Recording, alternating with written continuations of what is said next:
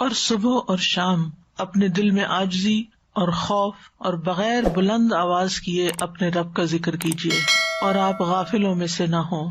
بے شک وہ فرشتے جو آپ کے رب کے پاس ہیں وہ اس کی عبادت سے تکبر نہیں کرتے، اور وہ اسی کی تسبیح کرتے ہیں اور وہ اسی کو سجدہ کرتے ہیں۔ ان آیات میں اللہ سبحانہ تعالیٰ نے اپنے پیغمبر محمد صلی اللہ علیہ وسلم کو خطاب کر کے ارشاد فرمایا کہ خشوع اور تواضع رکھتے ہوئے عاجزی اور انکساری کے ساتھ اپنے دل میں اپنے رب کا ذکر کریں، اور اگر اس کو بلند آواز سے پکاریں تو میانہ روی سے پکاریں، بہت اونچا نہ بولیں اور بہت دھیما بھی نہیں بلکہ درمیانے انداز میں۔ اسی طرح دن کے شروع کے حصے میں اور آخری حصے میں اللہ کو پکاریں، اور اگر کسی چیز کے آغاز میں، یعنی جیسے دن کے آغاز میں اللہ کو پکار رہے ہیں اور دن کے اختتام پر، تو پورا دن ہی اس میں پھر شامل ہو جاتا ہے۔ اور آپ ان لوگوں میں سے نہ ہو جائیں جو اللہ کے ذکر سے غفلت کرتے ہیں اور باقی تمام کاموں میں مصروف ہو کر اللہ کے ذکر کو چھوڑ دیتے ہیں، یعنی دنیا میں مشغول ہو کر اللہ کے ذکر کو بھول جاتے ہیں، ایسے لوگوں میں آپ شامل نہ ہوں۔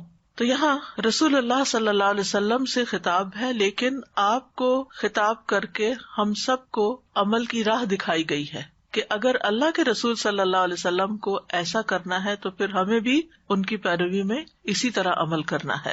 یعنی اہل ایمان کو تبعاً یعنی اتباع میں حکم یہی دیا گیا ہے کہ وہ نہایت اخلاص کے ساتھ اپنے رب کا ذکر کیا کریں، اپنے رب کو پکارا کریں، اپنے رب سے دعائیں مانگا کریں، کیونکہ دعا ذکر ہی کی ایک قسم ہے۔ اور یہاں پر تضرع کا لفظ استعمال ہوا ہے۔ تضرع کہتے ہیں عاجزی کو، خشوع کرنے کو، اور خیفہ کا مطلب ہے ڈرنا، یعنی اللہ سے ڈرتے ہوئے خلوص کے ساتھ گڑ گڑا کر عاجزی کے ساتھ ہمبل ہو کر اپنی اوقات کو اپنے ذہن میں رکھتے ہوئے اللہ تعالیٰ کو یاد کیا جائے۔ اور وذکر، ذکر کی 3 قسمیں ہوتی ہیں، ایک دل سے ذکر ہوتا ہے، اور دوسرا زبان سے ذکر ہوتا ہے، اور تیسرا حضور قلبی کے ساتھ زبان سے ذکر، یعنی ایک ذکر صرف دل میں آپ اللہ کو یاد کر رہے ہیں، زبان نہیں ہل رہی، دوسرے میں صرف زبان ہل رہی ہے، دل کہیں اور لگا ہوا ہے، اور تیسرا جو افضل ترین ذکر ہے وہ دل بھی حاضر ہے اور زبان بھی مشغول ہے۔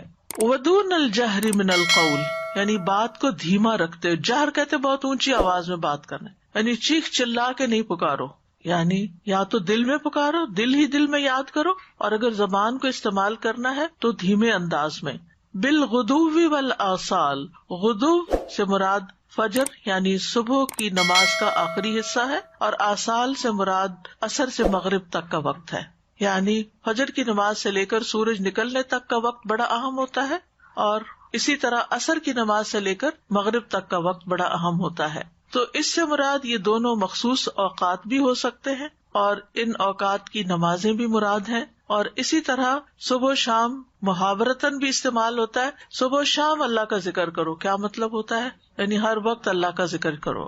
وَلَا تَكُن مِّنَ الْغَافِلِينَ، اور غافلوں میں شامل نہ ہو، کیونکہ غفلت اللہ تعالیٰ کو بھولنے کا نام ہے، اللہ سبحانہ تعالیٰ کی طرف سے اعراض کرنے کا نام ہے۔ تو جو لوگ غافل ہو گئے اور صرف دنیا میں مشغول ہو گئے وہ خسارے میں پڑ گئے اور ناکام ہو گئے۔ غفلت دنیا کے کاموں میں ہو وہ بھی نقصان دیتی، مثلاً آپ نے دودھ بوائل کرنے کے لیے رکھا اور اس سے غافل ہو گئے، کیا ہوا؟ گر گیا۔ صرف گر نہیں گیا، اگر زیادہ غافل ہو گئے تو پین بھی جل گیا، چولہا بھی خراب ہو گیا۔ ہاتھ میں کیا آیا؟ اگر چائے پکانے کے لیے گرم کر رہے تھے تو چائے بھی ادھوری رہ گئی۔ اور یہ ایکسپیرینس میرے خیال ہم میں سے ہر ایک نے کسی نہ کسی شکل میں کیا ہے کہ غفلت کا نتیجہ کیا ہوا۔ اسی طرح آپ نے پودے لگائے اور ان سے غافل ہو گئے، پانی دینا بھول گئے تو کیا ہوا؟ پودے جل گئے۔ تو جس بھی چیز سے انسان غافل ہوتا ہے پھر اس کا انجام نقصان ہی ہوتا ہے، خسارہ ہوتا ہے۔ تھوڑی غفلت تھوڑا نقصان، زیادہ غفلت زیادہ نقصان۔ اور اگر دنیا کے معاملات میں انسان غفلت کر کے نقصان اٹھاتا ہے تو سوچئے اللہ کے ذکر سے، اللہ کی یاد سے غافل ہو کر کتنا بڑا نقصان کرتا ہے۔ اس لیے ہم سب کو الرٹ رہنے کی ضرورت ہے۔ اس آیت میں بنیادی طور پر ذکر کے کچھ آداب بتائے گئے ہیں کہ کس طرح ذکر کرنا چاہیے، اور اس میں سب سے زیادہ جو اہم چیز ہے وہ اخلاص ہے، کہ عمل کو یعنی جو کہا نا دون الجہر، اونچا اونچا نہیں کرو، دکھا کے نہیں کرو۔ تو جب انسان کوئی کام چھپا کے کرتا ہے تو اس میں اخلاص زیادہ ہوتا ہے. جب اس کی شہرت کر دیتا ہے تو پھر وہ سب کی نظروں میں آ جاتا ہے اور انسان کی بھی بعض اوقات نیت خراب ہو جاتی ہے. اور دوسرا یہ کہ عاجزی کے انداز پر ہو، یعنی مانگنے والا ہمیشہ عاجز ہوتا ہے. تو جب اللہ تعالیٰ کی ہم عبادت کریں اس وقت بھی خوش ہو، اور جب اللہ تعالیٰ سے کچھ دعا کریں تو اس وقت تو بہت ہی عاجزی کی ضرورت ہے کہ ہم محتاج ہیں، ہم مسکین ہیں، ہم ضرورت مند ہیں. ضرورت مند سر چڑھ کے نہیں بولتا، ضرورت مند چیختا چلاتا نہیں ہے، بلکہ جس سے اس کی ضرورت ہوتی ہے اس کے سامنے اس کی آواز بھی نہیں نکلتی، اس کے لیے بولنا بھی مشکل ہو جاتا ہے. تو مراد یہ کہ خوف اور خشیت کی حالت میں، یعنی خیفہ بھی ہے اس میں اور عاجزی بھی ہے، دونوں چیزوں کا کمبینیشن ہونا چاہیے کہ پتہ نہیں میرا یہ اس انداز سے مانگنا اللہ تعالیٰ کو پسند بھی ہے یا نہیں، پتہ نہیں میری دعا قبول ہوتی بھی ہے یا نہیں. یعنی یہ ڈر بھی دل میں ہونا چاہیے. اور ویسے بھی اللہ تعالیٰ سے ڈرتے ہی رہنا چاہیے کہ اللہ بڑا ہے اور ہم چھوٹے ہیں. جس کو ہم بڑا مانتے ہیں اس کا ایک قدرتی طور پر ہمارے دل میں رعب یا خوف بھی ہوتا ہے. اور پھر یہاں واضح طور پہ بتا دیا کہ بہت زیادہ اونچی آواز میں چلا چلا کے ذکر نہیں ہونا چاہیے. تو ہمارے معاشرے میں ذکر کی وہ قسمیں جو رائج ہیں جس میں ایک طوفان اٹھا لیا جاتا ہے سر پہ اور اتنا زور زور سے چلایا جاتا ہے اور پھر کورس کی شکل میں مل کے کچھ الفاظ ریپیٹ کرتے ہیں لوگ، تو یہ سنت سے ثابت نہیں اور قرآن کی بھی تعلیم کے خلاف ہے. اس سے بچنا چاہیے. اور پھر یہ کہ ذکر کی اعلیٰ قسم اختیار کرنی چاہیے اور وہ ہے دل اور زبان دونوں کا استعمال، اور کبھی غفلت اختیار نہیں کرنی چاہیے. جہاں تک آواز کو بلند کرنے کا تعلق ہے تو اس میں ہم دیکھتے ہیں سنت سے جو ہمیں بات پتہ چلتی ہے. ابو موسیٰ اشعری کہتے ہیں کہ ایک سفر میں ہم رسول اللہ صلی اللہ علیہ وسلم کے ساتھ تھے. جب ہم کسی وادی میں اترتے تو لا الہ الا اللہ اور اللہ اکبر کہتے اور ہماری آواز بلند ہو جاتی. اب ظاہر ہے زیادہ سارے لوگ ہوں اور مل کے جب آواز بلند کرے تو زیادہ ہو جائے گی. اس پر نبی صلی اللہ علیہ وسلم نے فرمایا، لوگوں اپنی جانوں پہ رحم کرو، کیونکہ تم کسی بہرے یا غائب کو نہیں پکار رہے بلکہ وہ تو تمہارے ساتھ ہے. بے شک وہ تو بہت سننے والا اور بہت قریب ہے. انہ سمیع قریب. تو اتنا زور سے چلانے کی ضرورت نہیں ہے. پھر اسی طرح دل کی حاضری کیوں ضروری ہے؟ رسول اللہ صلی اللہ علیہ وسلم نے فرمایا، قبولیت کے یقین کے ساتھ دعا مانگا کرو اور جان لو کہ بے شک اللہ غافل اور لہو و لعب میں مشغول دل کی دعا قبول نہیں کرتا. یعنی دل کسی اور ہی خیال میں ہے اور زبان سے صرف چند الفاظ دہرا رہے ہیں تو درست نہیں. اور جہاں تک یقین کا تعلق ہے اور اعتماد کا تعلق ہے تو نبی صلی اللہ علیہ وسلم نے فرمایا، کوئی شخص اس طرح دعا نہ کرے کہ کہے کہ اللہ اگر تو چاہے تو میری بخشش کر دے، نہیں چاہے تو نہ صحیح، اگر چاہے تو مجھ پہ رحم کر، چاہے تو مجھے روزی دے. ظاہر اللہ چاہے گا تو دے گا، لیکن ہم تو پورے یقین سے مانگے نا. فرمایا بلکہ پختگی کے ساتھ سوال کرنا چاہیے، کیونکہ اللہ جو چاہتا ہے وہی کرتا ہے، کوئی اس پر جبر نہیں کر سکتا، زبردستی نہیں کر سکتا. ہم زبردستی اللہ سے اپنا کام نہیں نکلوا سکتے. تو ہمیں عاجزی اور خوف کے ساتھ پکارتے ہوئے اس امید کے ساتھ رہنا چاہیے کہ اللہ تعالیٰ دعا سننے والا ہے. پھر فرمایا، ان الذین عند ربک لا یستکبرون عن عبادتہ ویسبحونہ ولہ یسجدون. یہاں فرشتوں کی صفات بتائی جا رہی ہیں. جب اللہ سبحانہ وتعالیٰ نے بندوں کو کثرت کے ساتھ ذکر کا حکم دیا تو پھر اس کے بعد فرشتوں کی مثال پیش کی کہ وہ کیسی عبادت کرتے ہیں، وہ کیسا ذکر کرتے ہیں. اور جب کسی کا نمونہ ہمارے سامنے آتا ہے نا تو ہمارے اندر دیکھ کے یا سن کے اس کے بارے میں ایک شوق پیدا ہوتا ہے کہ اچھا اللہ تعالیٰ ان کی تعریف کر رہے ہیں اور ان کا وصف بیان کر رہے ہیں تو ہمیں بھی اپنے اندر ایسا ہی وصف لانا چاہیے تاکہ ہم بھی اللہ تعالیٰ کے پسندیدہ ہوں. تو یوں اللہ تعالیٰ نے فرشتوں کا حال بیان کر کے ہمیں ترغیب دلائی ہے. نمبر 1، فرشتے کیا کرتے ہیں کہ اللہ کے پاس جتنے فرشتے ہیں وہ تکبر نہیں کرتے، ان کے اندر کوئی تکبر نہیں. رائی کے دانے برابر تکبر بھی انسان کے لیے خطرناک ہے. پھر یہ لا یستکبرون عن عبادتہ، محض تکبر نہیں بلکہ اس کی عبادت میں آر محسوس نہیں کرتے، تکبر نہیں کرتے، یعنی ہر وقت عبادت میں لگے رہتے ہیں. وَيُسَبِّحُونَهُ، اور اس کی تسبیح اور اس کی پاکی بیان کرتے ہیں. تسبیح کا لفظ تو ہم بہت بولتے ہیں لیکن ہمیں یہ سمجھ نہیں آتی کہ تسبیح ہے کیا چیز. تسبیح ہوتی ہے اللہ سبحانہ وتعالیٰ کو ہر عیب اور نقص کمی سے پاک قرار دینا. اور وہ بحمدہ ہی اگر ہو، جیسے عام طور پہ ہم پڑھتے ہیں سبحان اللہ و بحمدہ، تو صرف عیب اور نقص کی نفی کرنا مراد نہیں بلکہ اس کی اچھی صفات پر اس کی تعریف بھی کرنا. وَلَهُ يَسْجُدُونَ، اور وہ اسی کو سجدہ کرتے ہیں.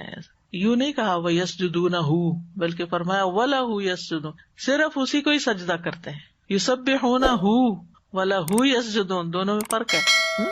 تو یہاں ان فرشتوں کی بات ہو رہی ہے جو عند ربک ہیں، ملائے اعلیٰ جن کو کہتے ہیں، بلند فرشتوں کی مجلس، یعنی اللہ تعالیٰ کے پاس رہنے والے اس کا یہ مطلب نہیں کہ نعوذ باللہ عرش پر ساتھ ہی ہوتے ہیں کہیں، یہ نہیں مطلب تقرب حاصل ہے ان کو، اللہ کے قریب ہیں جو. اور پھر یہ ہے کہ وہاں پر وہ پوری توجہ کے ساتھ اور محبت کے ساتھ اللہ کی عبادت، تسبیح اور سجدوں میں لگے رہتے ہیں. یعنی عبادت میں بھی سجدہ ہوتا ہے، لیکن اس کے علاوہ بھی اگر سجدے کا لفظ آیا ہے تو پھر اس کا کیا مطلب ہے کہ اللہ کے احکامات کے آگے جھکے رہتے ہیں، عاجزی اختیار کرتے ہیں. اور اس آیت پر سجدہ تلاوت بھی ہے. بہتر یہی ہے کہ اپنی اپنی کرسی پر بیٹھے بیٹھے یہی پر ہی سجدہ کر لے. میں ذرا نیچے ہو جاتی ہوں تاکہ میں آپ کے سامنے نہ ہوں. تو ان آیات سے یہ بات پتہ چلتی ہے کہ اللہ کی یاد سے غافل نہیں ہونا چاہیے. اللہ کو یاد نہ کرنا، اللہ کا ذکر نہ کرنا، اللہ سے دعا نہ کرنا تکبر کی علامت ہے. بعض لوگ کہتے ہیں اللہ کو نہیں پتا ہمیں کیا ضرورت ہے، وہ خود ہی دے دے گا، مانگتے نہیں. یہ تکبر کی انڈیکیشن ہے کہ ان کے اندر اپنی بڑائی کا احساس ہے. بعضوں کا تو انسان کہتا ہے جاؤ فلاں سے معافی مانگ لو، کہتے میں نہیں مانگتی معافی، مجھے نہیں سوری کرنی. یہ کیا چیز ہے؟ یہ رویہ کیا ہے؟ تکبر کا رویہ ہے. ایک عاجزی والا انسان ایسی باتیں نہیں کرتا. تو علماء کہتے ہیں کہ اللہ کی یاد سے غافل ہونا، غافل رہنا، اللہ سے دعا نہ کرنا، یہ بھی تکبر کی علامت ہے. تو جو اللہ سبحانہ تعالیٰ کا جتنا زیادہ قرب چاہتا ہے کہ مجھے اللہ کا قرب نصیب ہو، جیسے حضرت آسیہ نے کہا تھا رب ابن لی عندک بیتا فی الجنہ، تو پھر وہ ہر لمحے اللہ کو یاد کرتے رہتے ہیں. یعنی کبھی دل میں، کبھی زبان سے، کبھی دل اور زبان دونوں کے ساتھ، اور کبھی اگر موقع نہیں تو صرف زبان سے بھی. یعنی ٹھیک ہے کم درجے کا ذکر ہے لیکن ذکر تو ہے نا، زبان کچھ اور تو نہیں بول رہی، اسی کا نام لے رہی ہے یا اسی کا کلام پڑھ رہی ہے یا اسی کی تسبیح کر رہی ہے. تو جیسے جیسے حالات ہوں، ہر وقت حالت ایک جیسی نہیں ہوتی، ہر وقت ایک جیسے کام نہیں ہوتے. بعض اوقات میں لوگوں کی مجلس میں ہوتے ہیں، ہم زبان سے ذکر نہیں کر سکتے تو ہم دل میں اس کی یاد ضرور رکھیں. بعض اوقات ہم کسی ایسے کام میں لگے ہوتے ہیں جیسے کھانا پکا رہے ہیں یا کوئی اور کام کر رہے ہیں، دل دماغ ذرا مشغول ہے اس میں، لیکن زبان سے ہم کچھ نہ کچھ، جن لوگوں کو ماشاءاللہ قرآن حفظ ہے یا جو صورتیں حفظ ہیں، آپ نے دیکھا ہوگا جو حفظ ہے نا وہ پانی کی طرح بہتا جاتا ہے. آپ نے بھی تجربہ کیا ہوگا، مثلاً رات کچن سنبھالتے سنبھالتے آخری چیز سورۃ الملک آرام سے آپ پڑھ سکتے ہیں اور بغیر اٹکے، بغیر رکے، کیونکہ وہ ہر روز پڑھنی ہوتی ہے تو بھولتی نہیں، پھر تو وہ چلتی چلی جاتی ہے. لیکن اس وقت پوری آیتوں کے اوپر دل دماغ حاضر نہیں ہوتا، مگر آپ کا ایک چونکہ دل دماغ حاضر نہیں ہے تو اس لیے مجھے اب پڑھنی نہیں، یہ غلط بات ہے. وہ پڑھیں، یعنی جیسا بھی موقع ہو، جیسی بھی حالت ہو، جیسی بھی کیفیت ہو، اس سے دور نہ ہو. تو ان آیات سے بہرحال یہی بات پتہ چلتی ہے کہ جو اللہ کے جتنے قریب ہوتا ہے وہ اتنا ہی اللہ کو یاد کرنے والا ہوتا ہے. اللہ کا قرب اللہ کی یاد کے بغیر نہیں ملتا. اگر ہم قرب کے حریص ہیں تو پھر اس کو کبھی فارمل عبادت میں جیسے فرشتے لا یستکبرون عن عبادتی، اور کبھی تسبیح کر کے، اور کبھی اس کے آگے سجدہ ریز ہو کر، اور کبھی اس کے حکم پر عمل کر کے عملی شکل جو ذکر کی ہے یہ ساری اختیار کریں گے. تو مومن جو ہے وہ ہر چیز کو دیکھ کے، ہر نشانی کو دیکھ کے اللہ کو یاد کرتا ہے. تو کائنات کی بڑی بڑی نشانیوں میں سے چاند کا طلوع ہونا ہے، خاص طور پر پہلی رات کا چاند جب غائب ہونے کے بعد نظر آتا ہے. آپ دیکھیں کہ اس وقت بہت زیادہ سوشلائزنگ ہو رہی ہے، لوگ مل رہے ہیں، آ رہے ہیں، جا رہے ہیں، بڑا ہی اچھا لگ رہا ہے. کیوں؟ کیونکہ 2 سال کووڈ کے ایک گیپ آیا.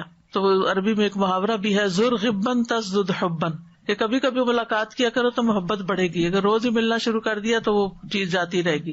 بہرحال تو چاند بھی جب 2-3 دن آخری راتوں میں نظر نہیں آتا تو پھر جب طلوع ہوتا ہے تو نیا ہو جاتا ہے پھر سے، اور پھر بہت اچھا لگتا ہے. تو اس وقت بھی مومن جب خوش ہوتا ہے، نیا چاند دیکھ کر ہر کوئی خوش ہوتا ہے، چاند نظر آ گیا.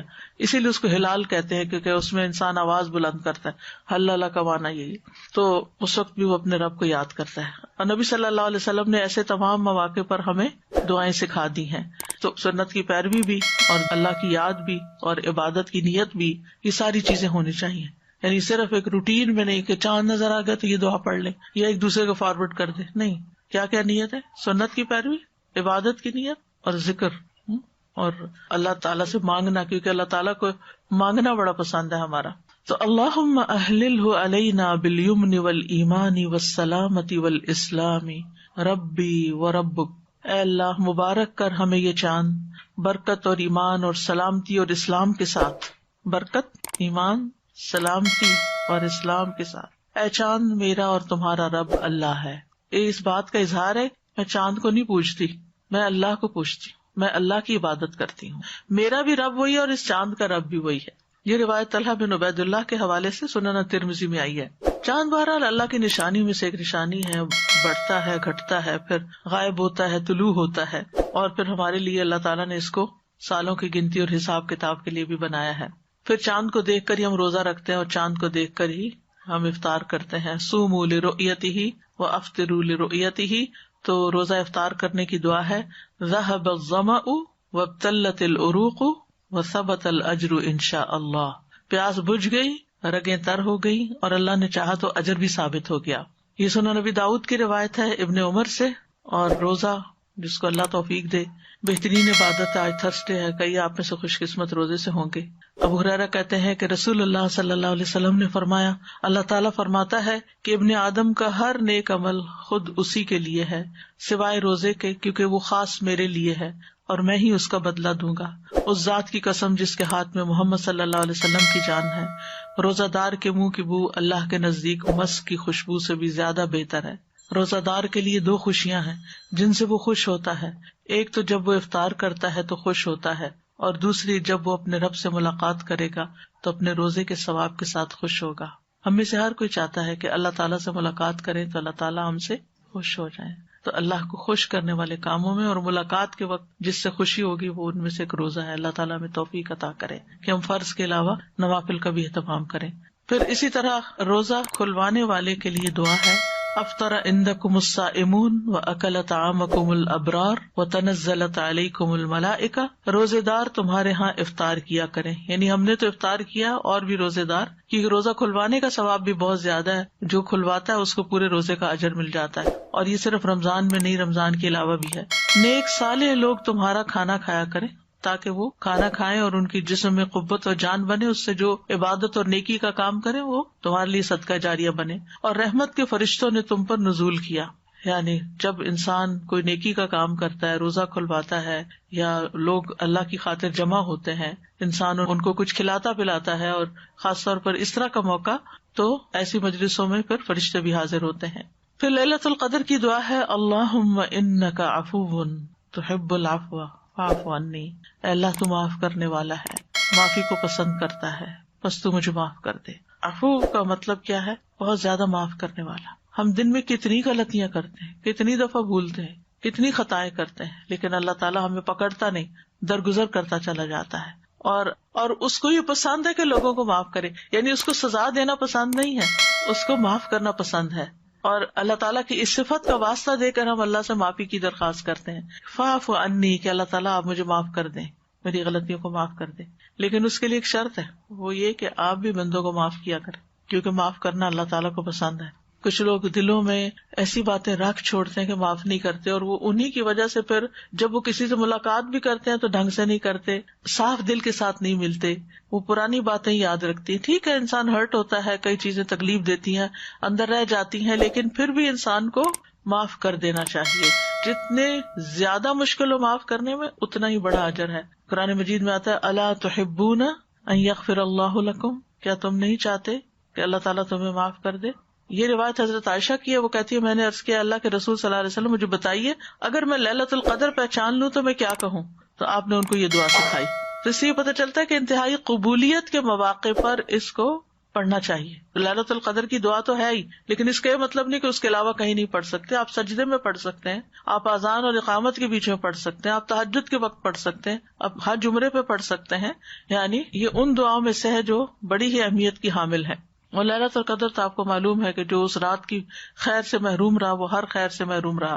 پھر اس کے بعد سجدہ تلاوت کی دعائیں.